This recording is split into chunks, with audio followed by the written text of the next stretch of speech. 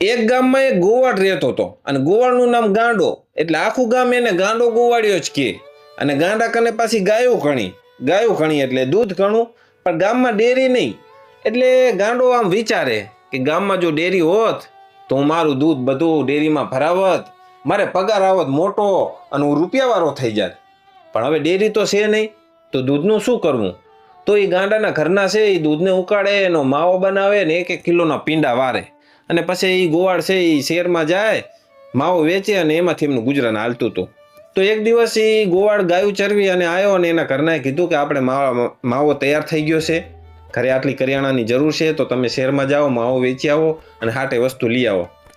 તો ગાંડા ભાઈ તો ઉપડ્યા, બેઠા સકડામાં, ભટટ કરતો સકડો ગયો શહેરમાં. એટલે એ ગોવાળનું ફિક્સ હતું કે એ શહેરમાં એક જ દુકાને એક જ શેઠને માલ આપે, વર્ષોથી એકબીજાને એટલો વિશ્વાસ એમ. એટલે ગોવાળ તો ગયો શેઠ કને અને શેઠને કીધું કે લો મારો આટલો માવો લઈ લો, હાટે મારે આટલું કરિયાણું જોવે છે, મને કરિયાણું આપી દો ને આપણો હિસાબ કરી દો, જે વધઘટ થતી હોય મને કહો, વધતા હોય તો તમે મને આપી દો ને ઘટતા હોય તો હું તમને આપી દઉં. એટલે શેઠે તો માવો લઈ લીધો, હાટે કરિયાણું આપ્યું, હિસાબ કર્યો, હિસાબ કમ્પ્લીટ થઈ ગયો. એટલે ગાંડા ભાઈ પાછા સકડામાં ચડી ગયા ગામડામાં અને માલ ઢોર લઈ અને જતા રહ્યા સીમાડામાં ગાયું ચરવવા.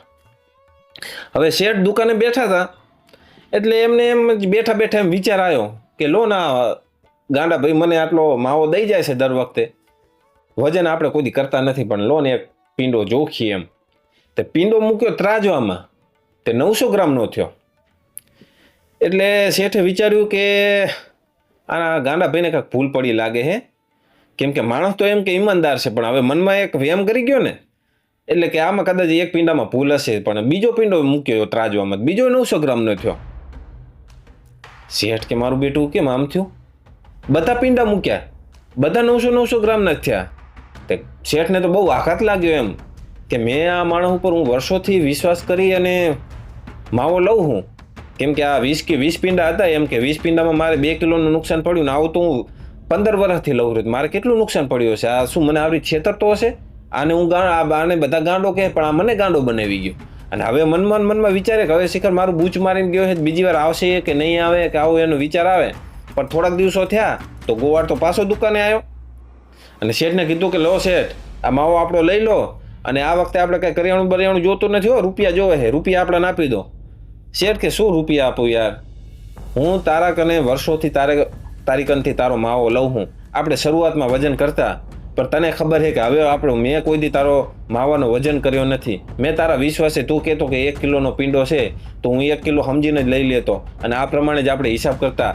પણ તે ગોવાળ કે પણ થયું શું થયું કે આ તારો જે પીંડો છે ને 1 કિલોનો નથી, 100 ગ્રામ ઓછો છે, 900 ગ્રામ જ છે. ગોવાળે આમ આશ્ચર્ય કરવા માંડ્યો કે એવું બને નહીં એમ. તો કે આ એવું જ છે કે ઓલી ફેર તારો માલ આવ્યો તો બધામાં એવું થયું છે. તો કે આ વખતે તો નવો માલ છે ને, તો શેઠે નવો માલ જે હતો ને એનો પીંડો લઈને મૂક્યો ત્રાજોમાં, એ 900 ગ્રામનો થયો.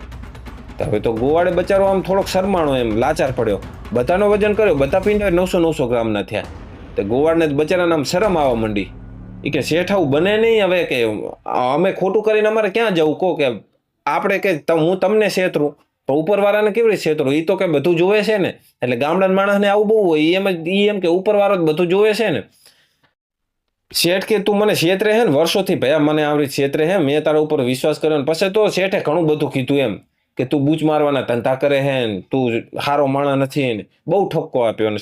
બચારા ગોવાળ તો આમ નિરાશ થઈ ગયો એમ. પછી ગોવાળે કીધું કે જો શેઠ, હું તો મને તો આવી કાંઈ વજનમાં ખબર પડતી નહીં, મારા ઘરના છે એ 1-1 કિલોના પીંડા બનાવે છે, પણ અમે આ 1-1 કિલોના પીંડા બનાવીને તો અમે તો ગરીબ માણસ, તો અમારા કને તો બાટ છે નહીં, જૂના જમાનાના ત્રાજવા છે. તો શેઠ હું તમારા કનેથી જ્યારે કરિયાણું લઈ જાઉં છું ને ત્યારે તમે જોજો કે હું 1 કિલોની ખાંડનું એક પેકેટ બનાવું છું, અને એ 1 કિલો ખાંડ છે ને એ એક બાજુ ત્રાજવામાં મૂકીને એક બાજુ માવો મૂકી અને એનો વજન કરીને પછી મારા ઘરના પીંડો બનાવે છે.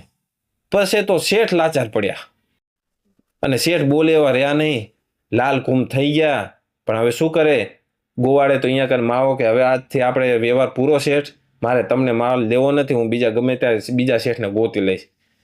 એટલે ગોવાળ જતો રહ્યો. શેઠ બચારા લાચાર પડ્યા અને આ વાર્તા તો અહીં પૂરી થાય છે, પણ આ વાર્તાની અંદરથી 2 આપણને બોધપાઠ હારા મળે છે એક વસ્તુ તો એ કે જો આપણે કોઈને જાણીને છેતરીએ ને તો ઓલો અજાણતાય આપણાને છેતરશે. એટલે કોકને છેતરશું તો આપણે તો છેતરાવાના જ છીએ. અને બીજી વસ્તુ એ કે માણસ રહ્યો ને એ પોતાના અવગુણો જોતો નથી. પોતે ઓલાને છેતરતો હોય ને તો એ જોવે નહીં, પણ એ જ ક્યારે વાંકમાં આવે છે એની વાટ જોઈને બેઠો હોય. એટલે પોતાના અવગુણ કોઈ જોતા નથી, બીજાના દોષોને જોવે છે. આપણે એક કવિતા આવતી દલપતરામની કે ઊંટ રહ્યો ને એ શિયાળને કહે છે કે જો ભેંસના શીગડા વાંકા, વાઘના નખ વાંકા, કૂતરાની પૂંછડી વાંકી, પોપટની ચાંચ વાંકી. અને પછી શિયાળ રહ્યો એ ઊંટને કહેશે કે દાખે દલપતરામ અન્યના તો એક વાંકા, આપના 18 છે. એટલે આપણા 18 વાંકા હોય ને તોય આપણે નજરમાં ના આવે, ને કોકનું એક વાંકું હોય ને તો તરત નજરમાં આવે. અને આના માટે અમારા ગામમાં વારહીના એક મહાન સંત થઈ ગયા ભાણ સાહેબ. એ ભાણ સાહેબ કહે છે કે પાણ કહે પટકીસમાં મથી જો મનમાં. એટલે જેટલું મથામણ કરવી હોય ને એ પોતાના મનની પોતાની અંદર કરો. જો પોતાની અંદર મથશો ને તો તમારે બીજે ફાંફા મારવાની જરૂર નહીં પડે.